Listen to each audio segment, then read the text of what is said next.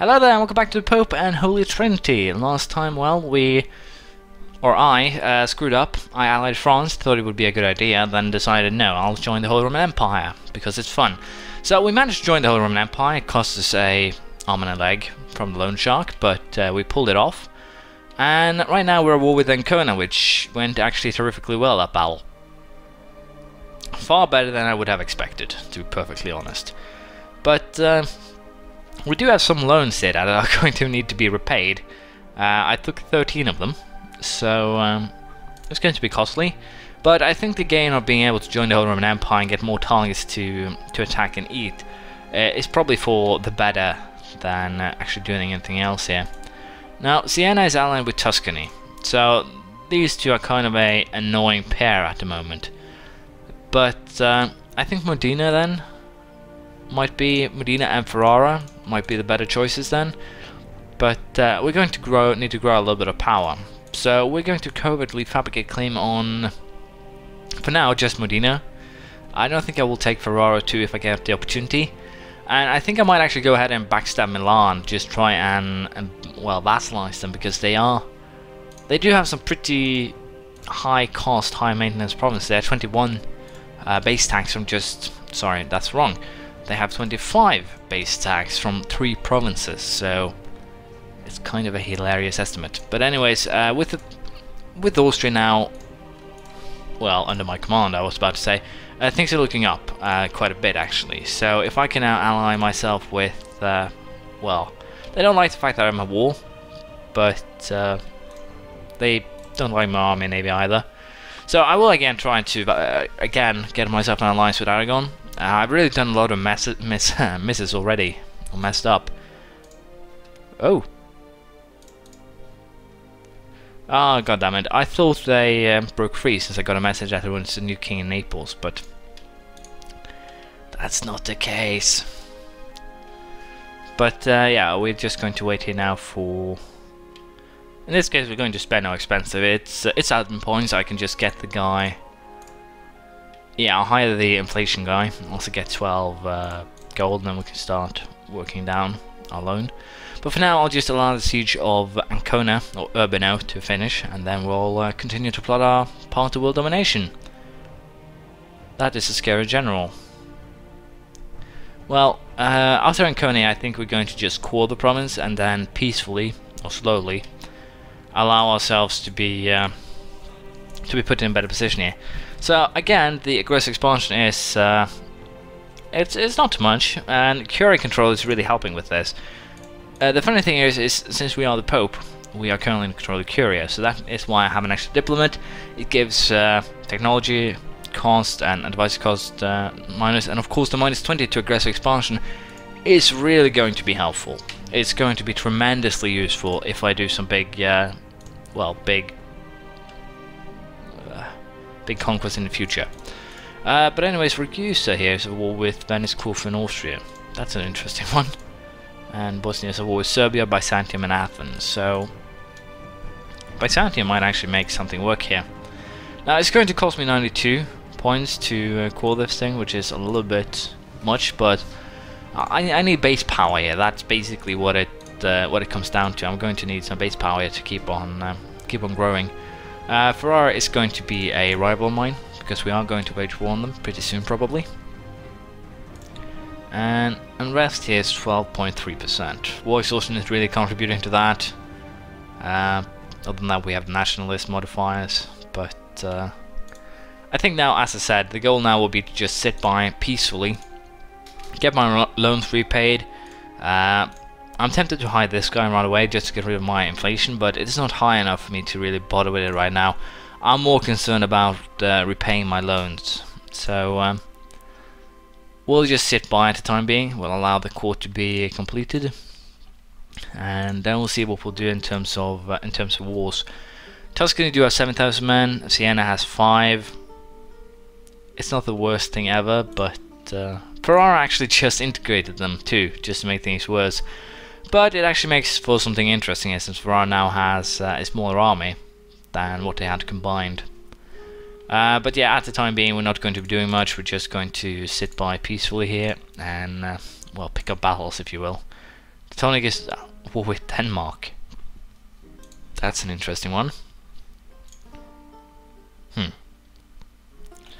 But yeah, we are just going to... we're just not going to do much. Again, taking Jerusalem shouldn't be an issue, provided of course that the Ottoman doesn't blob beyond all control. But even so, I should be able to blob faster. Military attack 4, the pike and square. With that we get military attacks for 0.25. Land morale increased by half a point, and I can build an armory. Now, seeing as Ferrara doesn't actually have gotten that yet, I'm really tempted here to just build another regiment of horses and declare war on them. They have no allies, they would be a very easy pick, if you will. So what we're actually going to do here is hire a mercenary squad of horses, I was about to say, but we can't afford that because we're poor. I think I'm actually going to fire this guy, just because of the fact that I need money more so than anything else. So we're going to sack him. And we're just going to actually here go for what I said, the war, if you will. And I didn't know it's going to take forever, so we're going to go with just a regular medieval infantry. We're going to go full on the arm maintenance, and if they still don't have any allies by the time my army is back at full, and they still haven't reached military attack 4, then we're going to declare war. So it's going to be an interesting little, well, reality check, if you will. Also here, if Milan still is as weak as this, well, provided they don't have the allies that they have, then we might actually make some moves, but they seem a little bit too strong for that right now.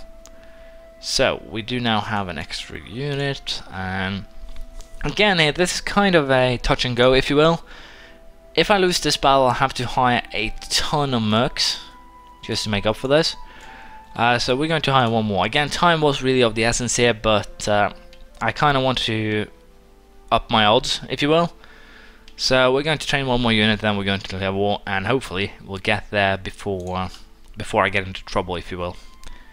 So we'll see here. It could, of course, again go really badly, but I think we're just going to annex Ferrara. It will open up for a potential attack on Venice in future, if I want to. Knights and Austria. If that alliance with Austria wasn't a fact, then Venice would have been great, because then I could have vassalized their knights without anyone butting in or creating troubles for me at all. So that could have been perfect, but it really wasn't. Now the only real issue here with Ferrara again is the fact that they have a really good general. That is really the only real big concern here. But I think we, again, with the military attack as advanced as it was, we actually did beat them far easier than I anticipated. Do we have some weird modifiers to our army? I never had this much of an easy time in the beginning. Doesn't seem like it. Huh. Well, can't say I care too much, but Ferrara will definitely be next here. It's just to build power. The two provinces are a 6 and a 5, so they're going to be expensive to core. That's just how things are going to be. But not much else I can do. I'm also again thinking of trying to vassalize Milan, but I'm probably going to vassalize Tuscany because of the simple fact of this size. So again here, I think we might actually go for another war right away after this one, as silly as it sounds. Siena is still just allied with Tuscany, which makes attacking them a real opportunity and a real possibility, a simple one too, which is hilarious. So I'll have to see here. Now the big question here, do I want the Reichsreform? I do, because it actually benefits me too. So we're going to like that, we're going to like that, we're going to like that as well. Now let's just be perfectly clear here. I can't get the seat of emperor. I just can't. I'm not the right government type. That's basically what it boils down to here. But I get a 3-point stability, so that's good. But anyways, what I'm going to do now is just siege Ferrara, and then we'll work from there. There we go, the siege of Ferrara is over. Austria has actually gotten themselves into some trouble here. They are at war with Burgundy. So this is going to be interesting. It seems like Austria might actually lose this, just from the sheer number of forces, but they do have some in Burgundy already, so they will probably be fine, especially if you take their allies into account. But now I think we're just going to, as I said, go for straight out annex. It's probably going to be a little bit costly, 15 points. So once I've taken these three, a coalition against me is actually really likely. So it's not the best idea I've ever had, but I need to increase my own power. That's basically what it all boils down to, and I'm using a lot of my points here to do just that. Tuscany, Savoy. So as you can see, already people are joining the coalition against me here. I have 42 aggressive expansion. Takes 20 years to get rid of that. The coalition now is Savoy, Tuscany, and Siena. So I miscalculated a little bit here. Mantua don't hate me as much as the others, but it's still not a good position to be in. I'll have to see if I can lure these guys into a war some other way. Milan is they're actually a potential here, but basically just the amount of troops is what's really speaking against me any attacks from me here. So I might have to have 10 or 20 years now with peace, where I might actually have to declare war without casus belli on the Teutons or Livonian Order, basically to secure my control over them. The Knights are allied with Venice. The Venice is allied with Austria. So there aren't too many targets I can take. That's basically, again, what it all boils down to. But for the time being, we'll allow just the Coring of Medina and Ferrara to just finish. And then we'll see how we want to handle with this coalition. Savoy is definitely the biggest trouble here. So if I can get them out of it, it should be perfectly fine. If not, then I'm probably going to get into some sort of trouble here. Now, we do have a rebel uprising, the Albanese nationalists, because Ancona do actually have a pretty high unrest level. So we're actually going to increase the autonomy here by 25, just to stop them, more or less. 37 years, it's a long time. I also need to allow my war exhaustion here to more or less completely dissipate, because if not, then rebels are definitely going to become a real concern and a real issue. So for the time being, we'll just focus on repaying our loans, and we'll see how we deal with the coalition. But basically this is the end of this episode. We have made some more gains, although coalition formed more or less right away after. I am again really tempted to go for a war against Hungary. They're allied with Lithuania, the Teutons and Provence though, so it's kind of a harsh one. Now the funny thing is, Denmark actually took a Teutonic province. That's actually really surprising, and if these two unions break, I can actually use that to my advantage, but we'll just have to wait and see. But again here, for the time being, this is where we'll end it. We're going to continue next time. Hopefully we can circumvent the coalition then and take out Firenze or Tuscany and Siena. We'll just have to wait and see how it pans out. Thank you for watching. Please leave a comment, praise, criticism, anything you feel like, and I'll see you around next time. Bye!